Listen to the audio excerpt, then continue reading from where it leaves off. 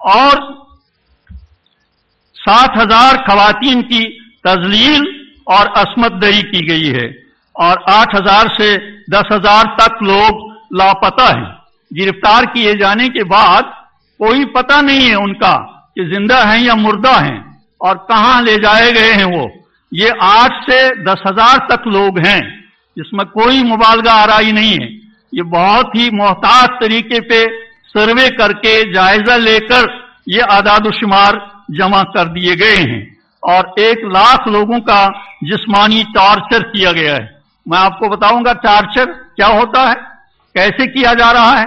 Torture हमारे जवानों को गिरफ्तार करने के बाद इंट्रोगेशन सेंटर में ले जाया जाता है, वहां उनको सरों के बल लटकाया जाता है, उनके जिस्मों पे रोलर फेरे जाते हैं और उनको जलती हुई सितों पे जलाया जाता है, उनके जिस्मों में लोहे की सलाखें तक दाखिल कर दी जाती हैं। ये टार्चर होता है हमारे जवानों का और ये सख्तियां होती हैं।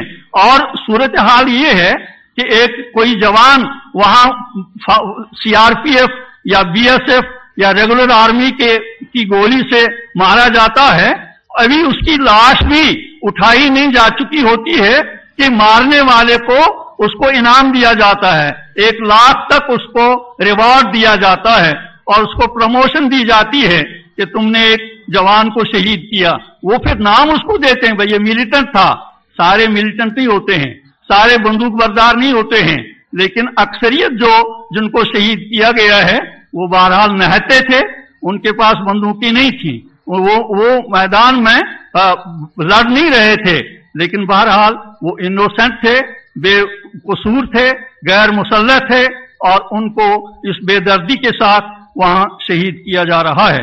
50,000 यतीम बच्चे हैं।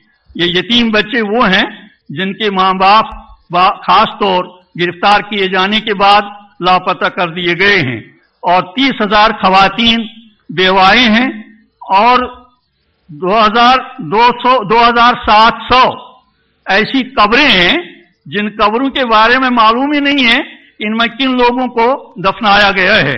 और इसी तरह ये जो 1,000 हाफ विडोज हैं, हाफ विडोज यानी उनके शौहर गिरफ्तार किए जाने के बाद लापता हैं और वो खवातीन अब भी इंतजार कर रही हैं कि हमारे खाउंद जिंदा होंगे तो आ जाएंगे।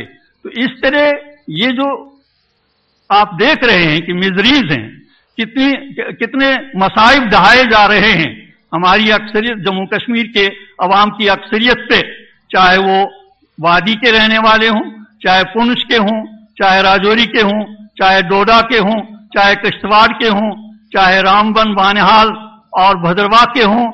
जहां मुस्लिम मेजॉरिटी है वहां उन पर तशद्दुद बरता जा रहा है और उनके साथ गैर इंसानी और गैर अखलाकी सलूक बरता जा रहा है। तो हम इस सूरत हाल में चाहते हैं कि हिंदुस्तान के अवाम जो हिंदुस्तान की तामीर में और हिंदुस्तान का जो मुस्तकबिल है उसको तामीर करने के लिए ये जम्मू कश्मीर के मसले पर गैर जानिबदाराना तवज्जो दें कि हमारा मुतालबा है कि भाई पुरअमन तरीके से इस मसले को हल किया जाए। जो आपने वादे किए हैं उन वादों को आप पूरा करें और जो करारदादें आपने तस्लीम की हैं उन करारदादों के मुताबिक जम्मू कश्मीर के अवाम को इस्तिस्लाब रायामा का मौका दिया जाना चाहिए।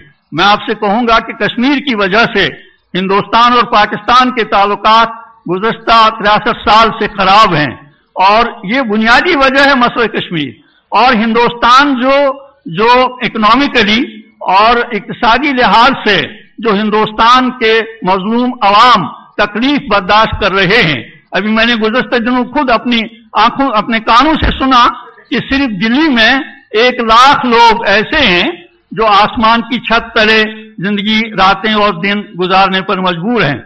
और गुज़श्ता दिनों 2005 में अक़वाम मुत्तहिदा की एक सर्वे कमेटी की रिपोर्ट है कि भारत में 25 लाख लोग भूखमरी से मर रहे हैं। और इस तरह ये गुर्बत का जो माहौल है, 40% यहाँ आबादी जो है गुर्बत की लाइन से नीचे जिंदगी गुजार रही है।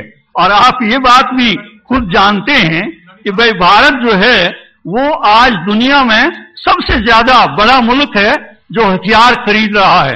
सबसे ज्यादा हथियार जो भारत खरीद रहा है सारी दुनिया के मुकाबले में सारे ज्यादा हथियार वो जमा कर रहा है।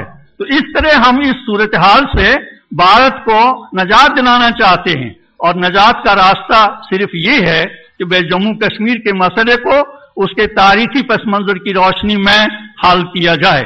मैं आपको ये बात भी याद दिलाऊंगा कि जम्मू कश्मीर में हमारी जो